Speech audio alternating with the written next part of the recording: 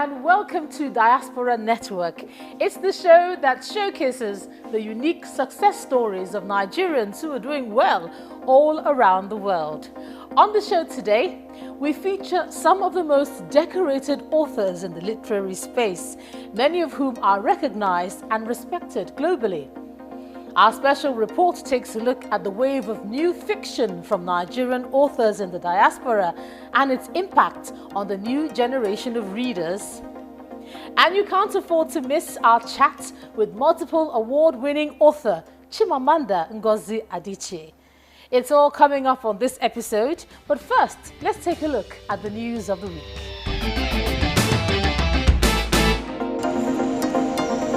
In the 3 weeks since Russia's invasion of Ukraine, almost 3 million people have fled the country. Half of those who have left are children, and tens of thousands of foreign students who are desperate to restart their lives. While significant progress has been made by the Ministry of Foreign Affairs in evacuating Nigerian citizens from neighbouring Ukrainian countries back to Nigeria in chartered flights, efforts are still underway to safely evacuate about 80 Nigerian maritime students in Kherson, southern Ukraine.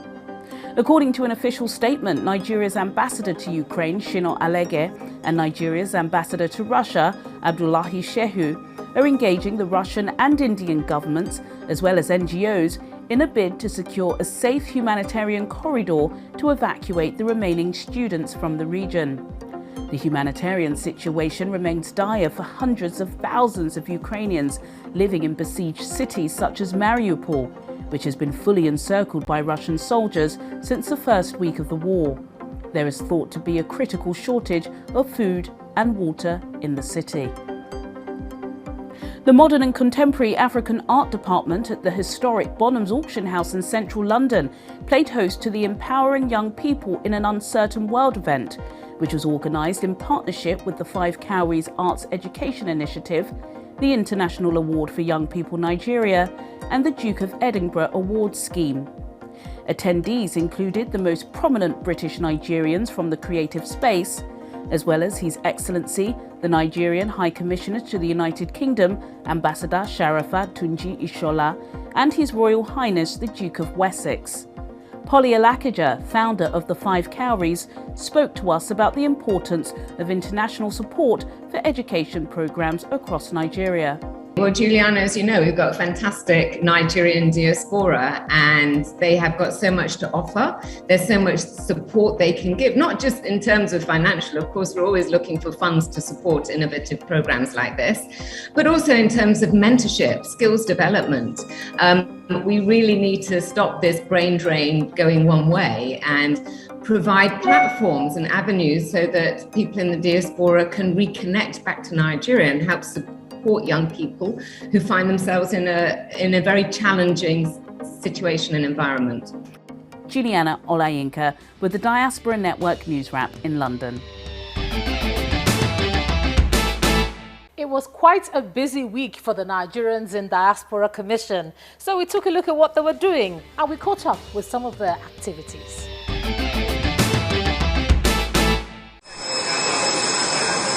Over 1,500 Nigerians stranded in Romania, Hungary and Poland, fleeing the conflict in Ukraine, have been evacuated by the federal government. The returnees, which comprise adults, mostly students and children, have continued to arrive in batches at the Nnamdi Azikiwe International Airport in Abuja and are warmly received by officials of different government agencies, including the Nigerians in Diaspora Commission, chaired by Mrs. Abike Dabiri Erewa. The first flight carrying 415 returnees touched down at the terminal of the airport around 7 a.m. on Friday, March the 4th, and more persons have continued to return till date. NIDCOM's evacuation team, headed by Honorable Abdurrahman Tarab, explains the role of the Commission in the evacuation process. The batches have continued, and in most cases, it depends on the availability of people over there in the various countries. The moment they've reached a sizable number for them to be brought down to Nigeria, they get evacuated. And when they come here, ab initio, the most interesting part is the entire collaboration of all of the major ministries, specifically the Ministry for Humanitarian Affairs, the Ministry for Foreign Affairs, the Ministry of Health, in seeing to the need to have their statuses checked on arrival. That's their COVID-19 status. So after that, they are given some light refreshment. They pass through immigration. The Minister of Humanitarian, through NEMA, gives them $100 each, disburses $100 each to the returnees, and then we give them the MTN SIM cards. And then, of course, again, the Minister of Humanitarian has arranged buses to convey them to hotels, which I understand is available for a day or two, pending which they can be able to reach out to their various homes. The Commission says there are plans to reintegrate students back into higher institutions to continue their education. The Federal Ministry of Foreign Affairs has indicated an ongoing process between Nigeria and especially, I think, Hungary and Romania and Poland on the need for some of their universities to accommodate most of these Nigerian students that are coming from Ukraine, so as to enable them complete their studies. Some of these students are actually in their final years. As a matter of fact, some are in their final semester. So, and it's easier that way because their curriculum over there seem to be similar. Although these young evacuees have stories to tell about their experiences in the last 2 weeks, they are glad that the government, through agencies like the Nigerians in Diaspora Commission, is fulfilling its mandate of care and concern for all Nigerians in the diaspora. Meanwhile, Chairman of the Commission, Honorable Abike Dabiri Erewa, believes there is need for post-traumatic therapy for the evacuees. She stated this when the American Society of Safety Professionals visited the Commission in Abuja. For the NIDCOM boss, it would be a delight to work with the leadership of the ASSP to help counsel the students, most of whom are still traumatized by the war experience in Ukraine. Another subject that is top on their agenda is the need for a better collaboration with other diaspora bodies worldwide, as she believes matters of safety, growth and development requires teamwork. Safety is for everybody. Everybody needs it, It's part of our daily life. So I think it's something everybody should be involved in. So wherever you are, whether it's in Dubai or Saudi or Liberia, during COVID-19, we actually got a group of the diaspora together. And they gave equipment worth almost over 50 million naira. PPEs to every state of Nigeria. So that's what we'll try to do, partnership, volunteerism, giving back to your country and your society. So we hope that we'll do the same thing with your group. Now, there's a lot going on in the diaspora, and we try to catch it for you right here on the show. But you know what? Authors are some of the most respected people in the world. They keep us entertained with their storytelling and their narrative. Let's take a look at some of Nigeria's renowned authors who have been praised globally.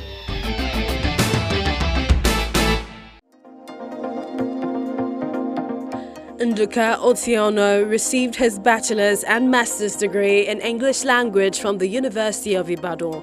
He worked as a journalist in Lagos for 15 years before moving to Canada in 2006 to pursue a PhD in English and Film Studies at the University of Alberta.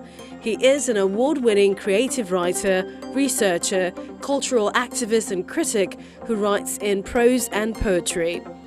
Otiono is an associate professor and graduate program supervisor at Carleton University's Institute of African Studies. His professional honors include the prestigious Banting Postdoctoral Fellowship, Capital Educators Award for Excellence in Teaching, Carleton University Faculty of Arts and Social Sciences Early Career Award for Research Excellence, Carnegie Africa Diaspora Fellowship and Black History Ottawa Community Builder Award. He is the principal investigator for a Queen Elizabeth II Advanced Scholars West Africa grant and vice president of the Canadian Association of African Studies. To this day, Nduka Otiono is an anthologist in a variety of subjects and sees duality in almost all that he does.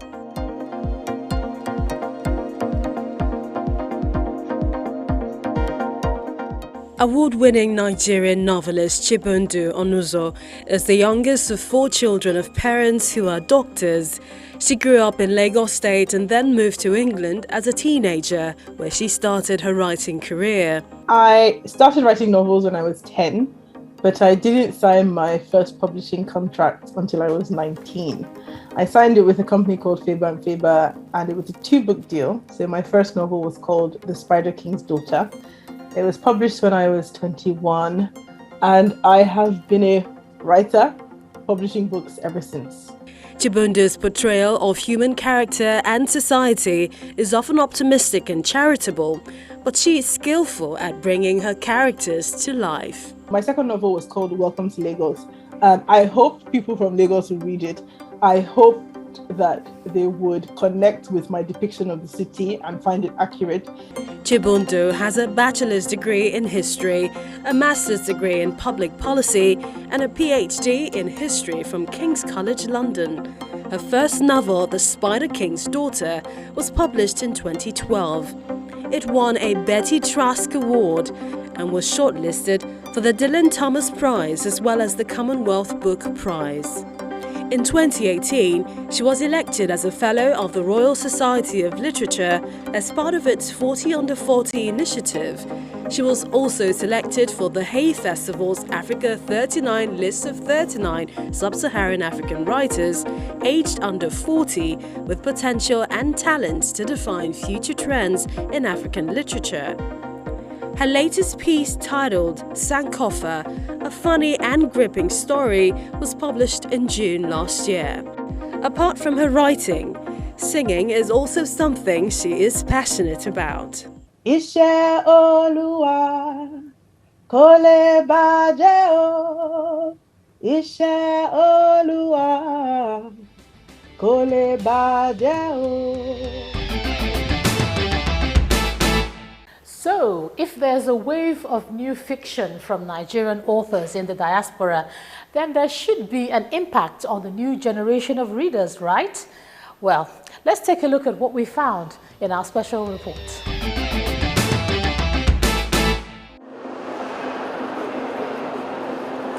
Authors of legendary reputation have emerged from Africa, such as Professor Chinua Achebe and Nobel laureate Professor Wole Soyinka. And one of the most dominant figures in contemporary African literature is Chimamanda Ngozi Adichie. Another Nigerian considered to have made giant strides with his writing is renowned mathematician George Tokunbo Kikiolu.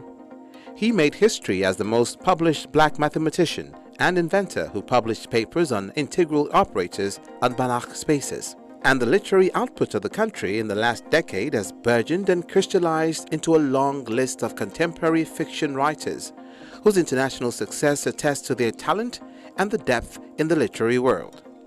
Ben Okri, Teju Cole, Lola Shunei, Helen Habila, Sui Davis Okogboa are amongst many who've swiftly gained global attention with their unique plots, memorable narratives, and relatable characters.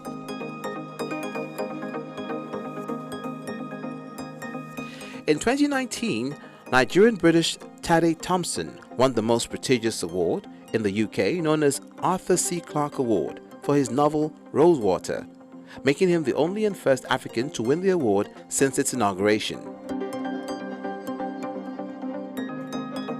The broadened literary space has also incorporated a new exciting genre called African Futurism and African Jujuism, a term that was coined by Nigerian-American writer Nnedi Okorafor, and this has made it easier for most Nigerians to extend their reach and to spread the traditional Nigerian culture. But despite the rich history, studies still show that the demand for literary fiction in Nigeria is low, and many blame the dwindling reading culture among certain sections of the population. The World Culture Score Index in its recently released statistics ranks Nigeria as one of the lowest reading culture countries of the world. But those who are tech-savvy argue instead that there is a migration from hard copy books to e-books and other online media amongst the new generation of readers. Experts have suggested training and workshops as one of the most effective ways to improve reading culture. But while that is still a work in progress, the efforts of the many celebrated Nigerian diasporans in the literary world have in diverse ways earned international prominence, and the country's flourishing literary scene is giving rise to some of the most groundbreaking and boundary-pushing fiction on the continent.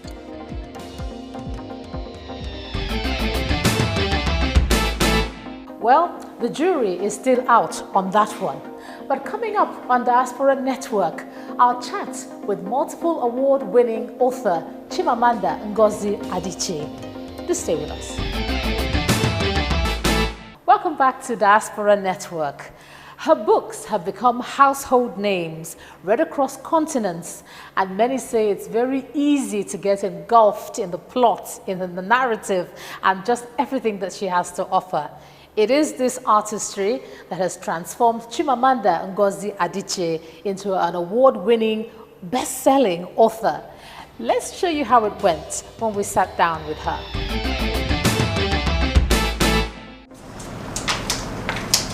Born in Enugu, southeast Nigeria, and the fifth of 6 children, Chimamanda's early life was spent in Nsukka with her parents.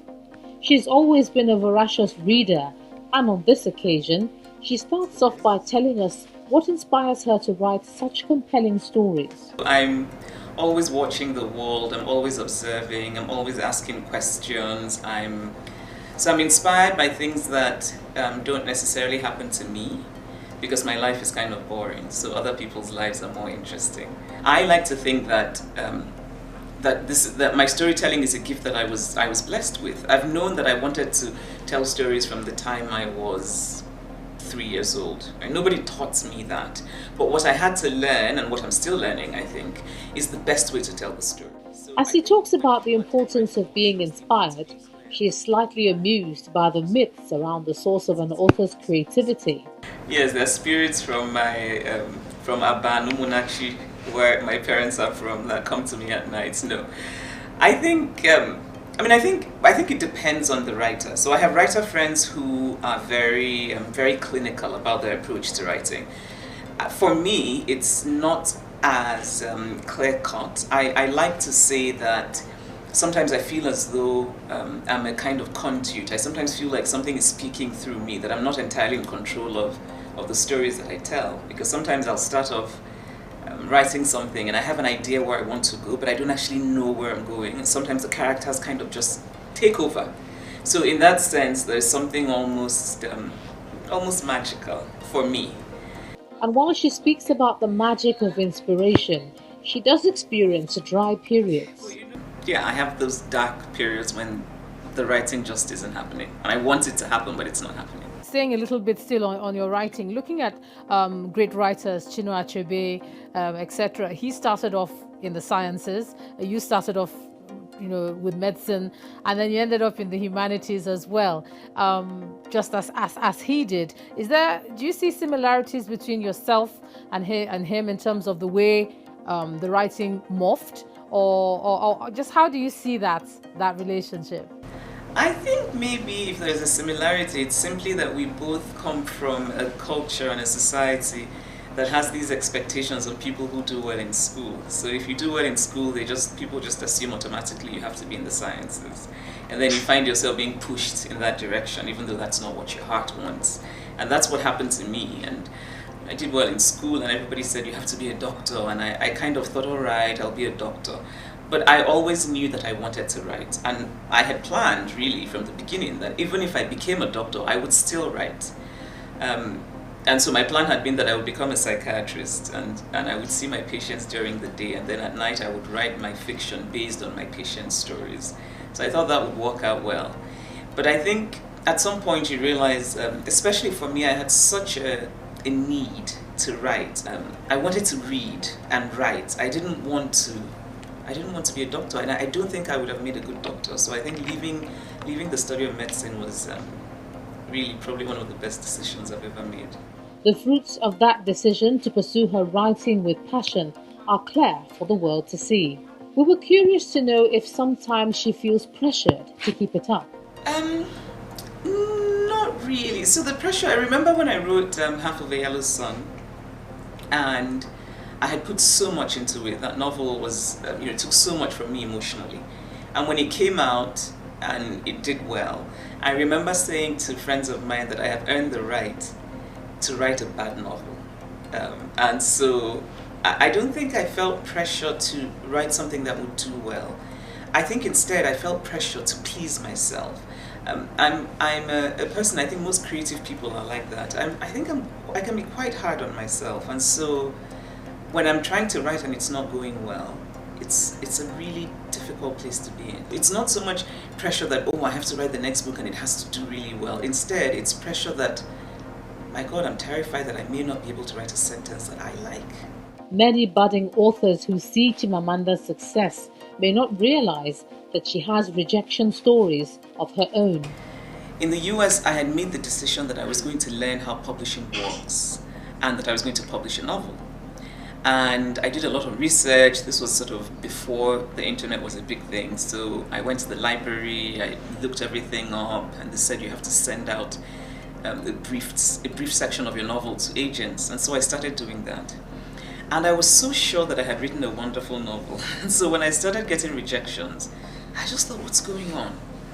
And very briefly crushed my spirit, because you get rejection after rejection after rejection that you start to think, wait, what's wrong? Maybe I shouldn't even be writing. And at some point, I realized that maybe the problem was that I was sending out the wrong thing. So I had written a novel that didn't feel true to me, but I felt it was the kind of novel that Americans would want to read. And so at some point, I put that aside, and then I started to write Purple Hibiscus, which was actually what felt true to me. It was what my heart wanted. And then I started sending that out. And also I got many rejections. Most of them said, oh, I like your writing, but nobody knows where Nigeria is. Nobody cares. I had an agent who said to me, why don't you write about the US instead? But I kept sending things out. And finally, I think there were maybe about 17 rejections for Purple Hibiscus before somebody said yes. We sought her views on feminism and the infamous TEDx talks, where she spoke frankly about equality. I still think fundamentally that feminism is about equality, and so it's a justice movement, and I've never understood why people who believe in equal human rights don't embrace it. I still don't entirely understand why for so many people it's a controversial idea that women want to be considered full human beings. When I gave the talk, I actually didn't think it would be so widely viewed. I gave the talk at a TEDx conference that was focused on Africa. And I remember thinking, this is not the kind of audience that necessarily wants to hear that word feminism. But that's why I wanted to talk about it. But also I wanted to talk about it in a way that's very accessible. And we know how women are judged differently for the same behavior that men show. So that a man who shows a certain behavior is said to be very authoritative and confident. But a woman shows the same behavior and she's said to be arrogant and bossy. So all of those things, people recognize them, but to give language to them, I think means then that we can start to talk about them, and most of all that we can start to find ways to stop them. We couldn't let her go without finding out if there's a connection between her unique fashion and her literary craft. I like kinky hair, I like black hair, I think it's beautiful. And really, it's important for me to be who I am. I don't want to live a life of trying to be what I'm not or apologizing for who I am. And I've also never felt that one should try to please everyone. And so obviously I know that kinky hair is not what is considered mainstream beautiful. But then for me, I'm interested in questioning who determines mainstream beautiful anyway. On a personal note, Chimamanda gives us insight into the reasons why she wrote Notes on Grief after the loss of her dear father. It brings a kind of temporary comfort, because if you're, at least for me, giving language to what I'm feeling helps me. So sometimes when I'm anxious or I'm upset, I often say to myself, all right, sit down and tell yourself what is it that you're feeling, right? And why are you feeling that way? Name it. And I find that helpful. And so writing about my father shortly after he died was really just that I was doing what I have often done with emotions. And I also just wanted to celebrate a remarkable man that I adored, that I adore. But closure, no. I think grief is, I think I'm going to live with my grief for the rest of my life. And here are her interesting views about her reading culture and advice for aspiring authors. I read 3 or 4 books at the same time. When I was younger, I'd focus on one book and completely immerse myself in it. Now, I just don't know why I can't. So I'm usually reading one non-fiction, one fiction, one book of poetry, and something else. That's, you know, and I read everything. For young people coming up, it's really important to not apologize for being who you are. We might not be from the part of the world that is economically at the center, but it doesn't mean that we shouldn't have, you know, sort of confidence and pride in who we are. And I do think that people recognize and respect authenticity. We don't want to pretend that we don't have problems in Nigeria. What we want is to show that Nigeria is not only about our problems. And so sometimes I think that there are people who are so wounded by the way that we're portrayed in the West that they go the other extreme and they want to talk about only the good things. I think the narrative about not just Nigeria but Africa is changing very slightly. And I think that's because we have more storytellers from the continent telling our own stories. And when we tell them honestly, whoever is sort of consuming the stories is forced to acknowledge that it's not a single story, that we're not just about only negatives, right? That we have both. What an amazing individual. Well, Nigeria's rich literary history includes some of the world's most respected authors. But then some say among the new generation of readers, the culture of reading is still a problem. Perhaps with support for the new genres like ebooks and more impact from the government, we might see a bit of change.